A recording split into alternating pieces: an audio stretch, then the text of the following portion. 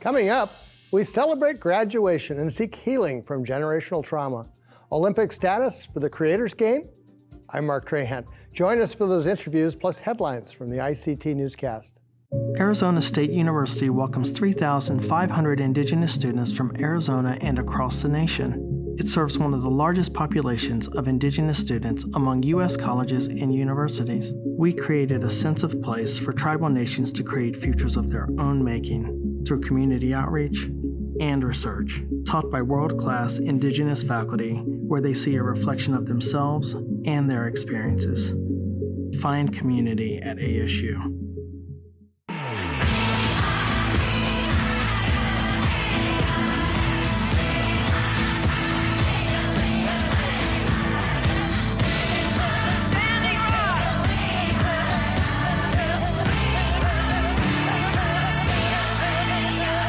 This is the ICT Newscast with Alyssa Chavez. Thank you for joining us. I'm Mark Trahan. Alyssa Chavez is away. California has a new judge. The U.S. Senate confirmed the nomination of Sunshine Skies to the federal bench in the Central District of California. She is the first Native American to be appointed to the U.S. District Court in California and only the 7th Native federal judge ever. Judge Skies is a citizen of the Navajo Nation. She has been serving as a California Superior Court judge in Riverside County since 2013. She received her law degree from Stanford Law School and her BA from Stanford University in 1997. Navajo Nation President Jonathan Nez congratulated the new judge. He said she is an inspiration to young people, and he said, "We look forward to having more appointments that reflect the diversity of this country." A renovated New York City museum is showcasing Indigenous perspectives from the Pacific Northwest. This new exhibit is part of a long collaboration with tribal citizens to make sure what's being displayed is respectful to Native culture and its people. The American Museum of Natural History asked Musqueam citizen Morgan Guerin for help. Guerin was there for the start of a project to renovate the museum's Northwest Coast Hall. On display in the hall at that time were some of his nation's sacred regalia. He said he was surprised when museum officials agreed to remove that item, followed by an appropriate ceremony. I mean, there were things that were horrifically mislabeled from 100 years ago. So for 114 years, they sat on a wall with an improper label on them. You know, the death sticks of the Native Northwest people. And we're like, that's a medicine that has nothing to do with that. So it was an honor to be asked, but more, it was a great responsibility too. For him and representatives of other Pacific Northwest Indigenous communities, this was an opportunity to tell their stories. The 5-year, $19 million renovation reopened to the public last week. In the new exhibit, display items now include labels that use the language from the Indigenous community that they're from. When museum officials decided it was time to renovate, they knew they couldn't do it without input from the people whose cultures are on display. Lots of museums should really look at this project and its success and learn something from it. Using our people to do it, you know, I think that's the biggest success, is that they trusted us, listened to us. This is a busy month for museums. Chicago's Field Museum opened its doors to local natives for a sneak peek. Journalism and Northwest professor Patricia Lowe talked with the longtime Menominee and Oneida Chicagoan Pamela Silas. They're showing a living, breathing culture that, yes, there is honoring the past and some beautiful pieces, but they're also bringing it forward, featuring kind of some of the art and the people that are living in these communities to this day. Past relations with the Field have not always been positive. So I've been a harsh critic of the Field Museum over years, but this exhibit and the Crow drum exhibit that they did last year, I'm really impressed, and I'm hopeful that this is the beginning of something new. The Field show, Native Truths, Our Voices, Our Stories, opens May 20th. And those are the headlines for the ICT Newscast. Coming up, Alyssa London takes on MSNBC, and lacrosse may return to the Olympics in 2028. But first, a Shawnee leader testifies for truth and healing. Stay with us.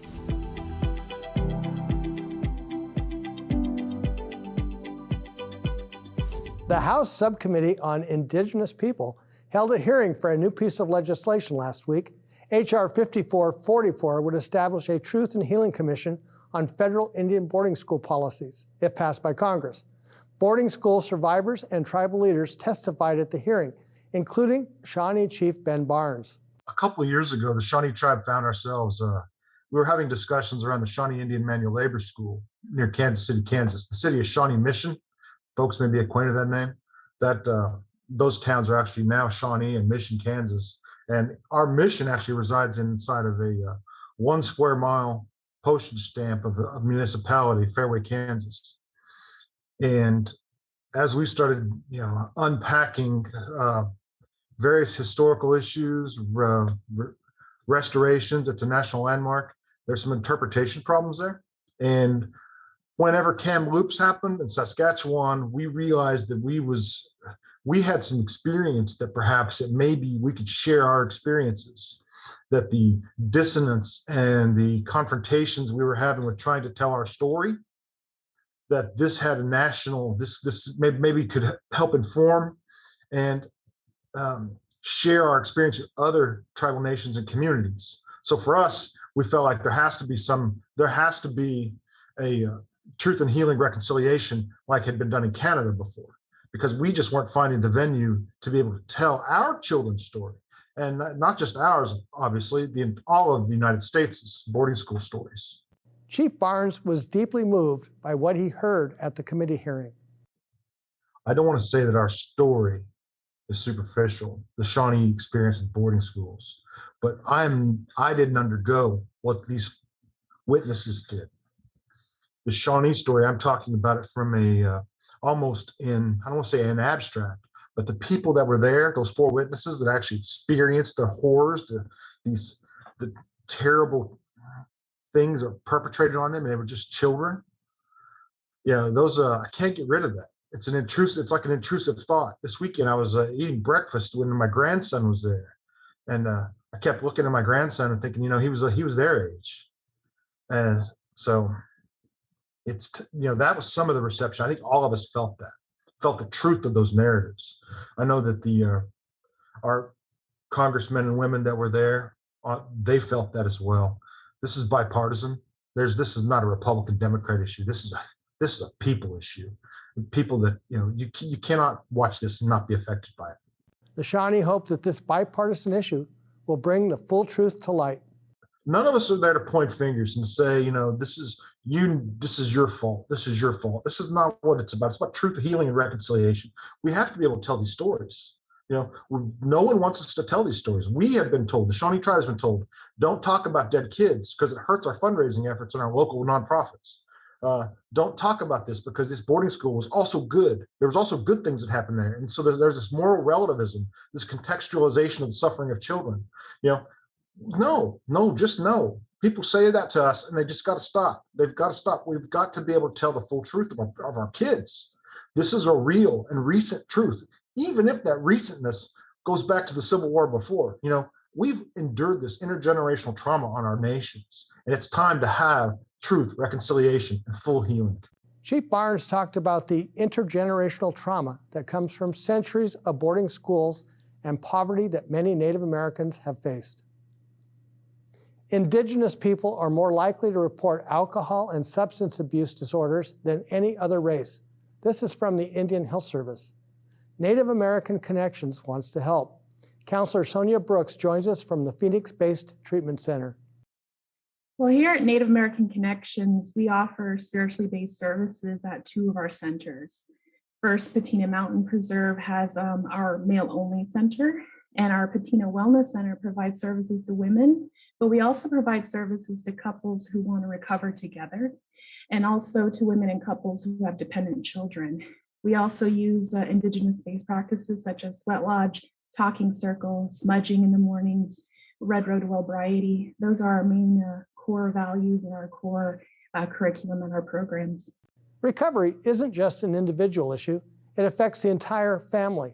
So if we have dependent children on our site, they do become part of the process because during the day, the adult, whoever their caretaker is, and They do regular groups, and then by the end of the day, they reunite with their kids. And so we do have a child care provider on site. And so they also work with the kid individually and pretty much help them, learn that mom or dad is in recovery, and they do their best to help the child reach those milestones too, while the parent is in recovery and working through those groups individually with counseling and so forth. I think one of the biggest things that really help us here is our sense of community and also our cultural and spiritual identity. And so the community part, we really do encourage our clients to work together and to realize that they are a little family when they're on site, that it takes a village to help each other get sober and stay sober, whereas also helping them connect back to Creator and their higher power. That seems to be a major foundation that keeps people sober longer. Brooks says the program addresses the physical, mental, and spiritual health of the client. I see so many people coming in, they get services, they don't really know a lot about what's happening in their lives, and then they find that connection, that aha moment. And when they do that, they start to feel that Creator works in so many different ways for them. There's this moment of renewed sense of spirituality, identity, and knowing who they are for the first time. And that's what it did for me too, working here. Through my clients, I learned so much, and hopefully my clients learn a little bit from me too.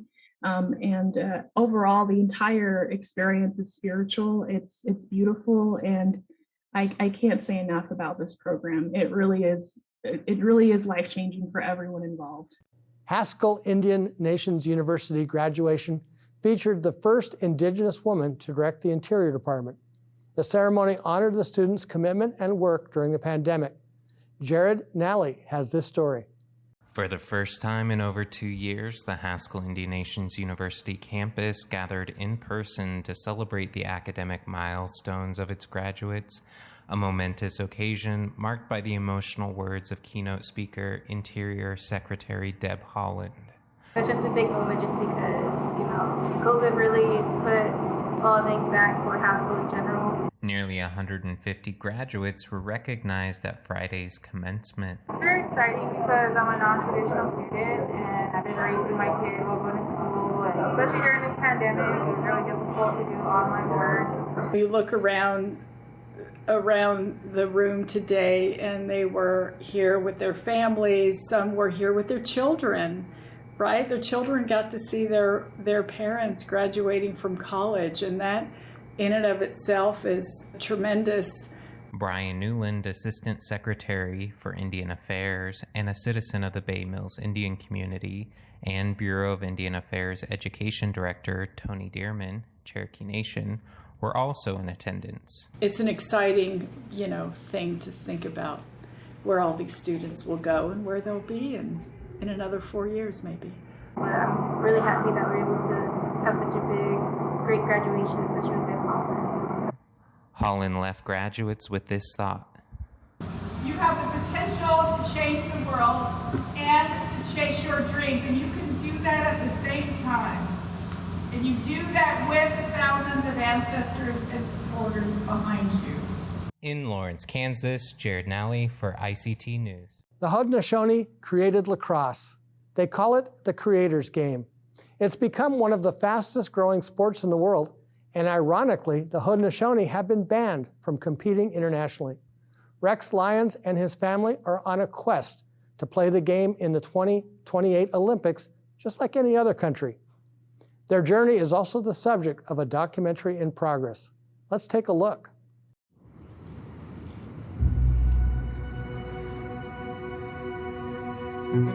People might know us as the Iroquois, but who we've always been is Haudenosaunee. Iroquois Confederacy, a council of 6 Native American tribes living in upstate New York and Canada. We are the oldest continuous democracy on the planet.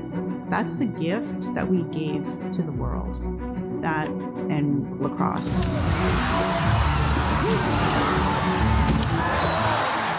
Cosmology of our history, the game has started on the other side of creation.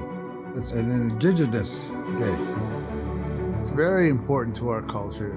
It's part of our ceremony. It's part of our medicine. I mean, it's fundamental to who we are. This game has been with us since the beginning. It's a privilege to play. It really is. Our players are internationally known for a reason, because they are the best. It's hard to describe the difference and the uniqueness of the way they handle the pill, the passes they make that they shouldn't be able to make. It is a beautiful thing to watch. It's not your traditional type of lacrosse. We're able to compete on a world-class level. There's a goal! Miles Thompson! Oh my goodness! Our player pool is very small. 130 players that we have to choose 26. Where U.S. has 500,000 lacrosse players and Canada has 200,000. That's pretty extraordinary odds, and now we're third in the world.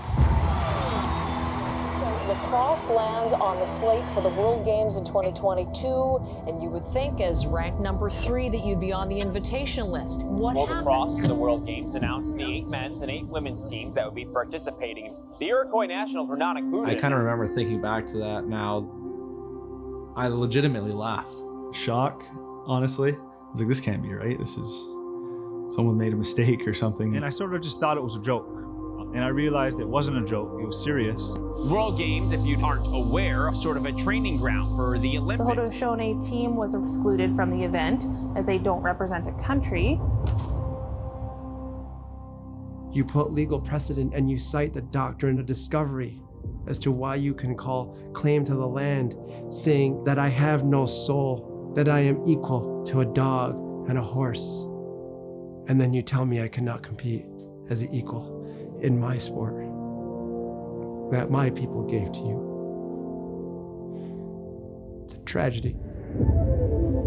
The indigenous people of North America have been playing the game for hundreds of years. They have gifted the game of lacrosse to the rest of the world. This summer, the Ireland lacrosse team did what no one expected, pulling out of the 2022 World Games. We're willing to voluntarily vacate our position in this tournament to enable the pathway for the participation of the Iroquois Nationals. We're getting them, boys. We're getting them. We're outworking them, boys. They weren't included in the World Championships on the original calendar. As of now, we got to fight to cross the threshold to just get this team into the Olympics. For lacrosse to be the Olympics, the Haudenosaunee have to be there. The originators of the game have to be there. Rex Lyons comes from generations of Onondaga people who value lacrosse. His father, Orrin Lyons, is synonymous with lacrosse and the traditional knowledge of what some call the Iroquois Confederacy. The 7th generation coming, we've trying to establish some of the misconceptions and gray areas of our history and common knowledge. It really hasn't been very favorable. So we're trying to inform and educate people as to the real history as to what took place and how how we fit into the context of that. We were a confederacy long before the Europeans made landfall here, and a lot of people just don't know these simple truths. And I think it's extremely important as the Haudenosaunee move forward that it gives us a platform to educate and bring light to a lot of the misconceptions that people are operating under. Lyons explains the differences between the medicine game and the lacrosse game that's played internationally. The medicine game, first of all, lacrosse was gifted to us by the Creator. So its origins are spiritual. It's in our cosmology. We talk about playing it in the sky world, in the spirit world. Before it came, when the earth was covered with water in our creation story, we were playing lacrosse in the Creator's land. Lacrosse was being played. So, that's kind of the origins of it. So it has a real spiritual significance, and the medicine of it, there's actual ceremony that goes along with that, and which the women are a part of, but they're in part of it, of the orchestration of the ceremony. They don't actually play the game because the game is very physical, and as you know, the men and women are different in their physicality. So naturally, we want to protect the women, and it's a very rough and tumble game. And they're very specific, I would say, duties of both the men and women in all of our spiritual context. There's many hurdles facing the Haudenosaunee for the 2028 Olympics. Establishing an NOC, which is a heavy lift. There are so much criteria to have an NOC. You got to have 5 other sports, first of all, not just lacrosse in order to be an NOC. And then there's the IOC has criteria that's connected to the UN. You have to be recognized as a nation state. Your territory has to have geographical connections, and as you know, we or may not know, the Haudenosaunee is kind of a checkerboard situation. So there are some hurdles and challenges, but everything else is, we have everything that to meet that criteria, and they make the rules so they can really bend the rules if they choose to, and I fully suspect, that they will, because of what we bring to the game. I think it would be a huge misstep on their part for them to exclude us, because just, the social times that we're living in, the status quo, people are not standing still for this, and you want to talk about misappropriating something to the nth degree, this would be another, extreme example of that. The tweet from MSNBC PR Tuesday was direct and clear. Alyssa London, a leading voice on Indigenous culture and identity, will appear across the network to weigh in on issues and policies impacting Native communities in the U.S. She made her first appearance as an NBC and MSNBC commentator on the program Morning Joe. London is Tlingit and Haida. What I see happening with this is NBC's investment in actually telling more diverse stories across the board, and that's including Indian country, and even being able to state yesterday that Native people need to be included in even how we speak about the list of minority groups that can be affected by current events, is important. And that's why I think they allowed me to be at the table, so that someone from Indian country can point that out, that we need to be included in all conversations when it comes to current events. London describes what prepared her for the job.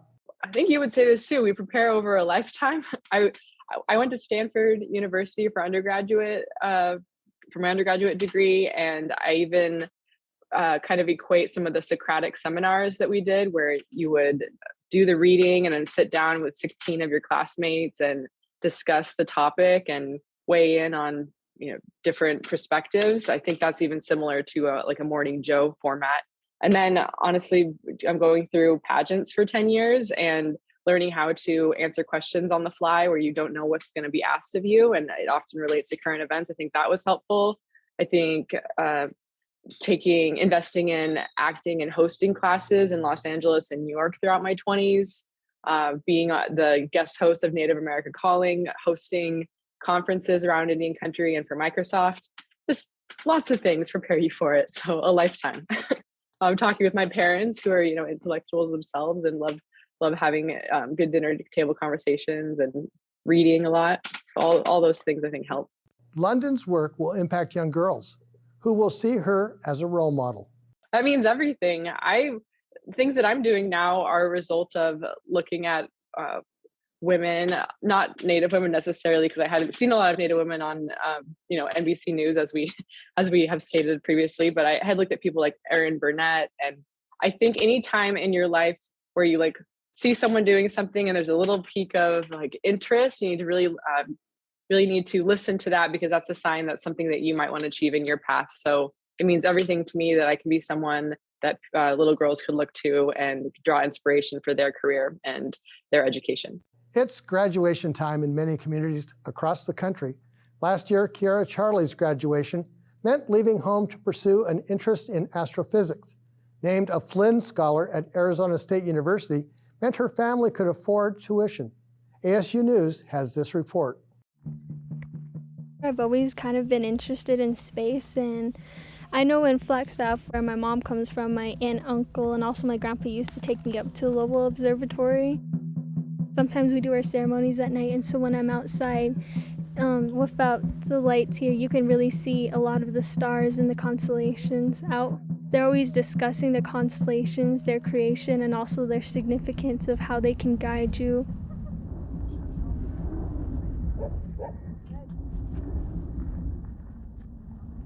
Family time is basically when all of us are together. It could be whether we're at school together, whether we're going to town, or even when we're doing stuff at home, taking care of the animals, and just, I guess, having that sense of family around you where you probably have an aunt, a cousin, or a younger brother just all around the house or somewhere, and just being around them, knowing that they have your support and that they're always there for you. Basketball, hacky sack, volleyball, We play with the soccer. She helps me with my homework and she plays with me outside. We're very close. We listen to the same kinds of music and we like to play with each other outside. We just feel happy that she's going to study something hardly anybody ever studies.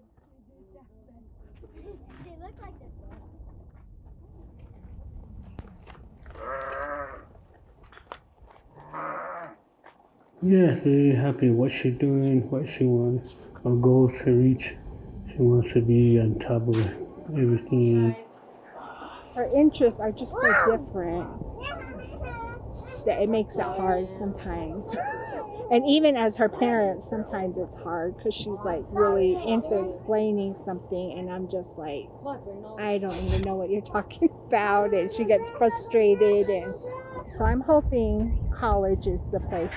She's always quiet, and I know she's thinking in her head about something special and an important thing.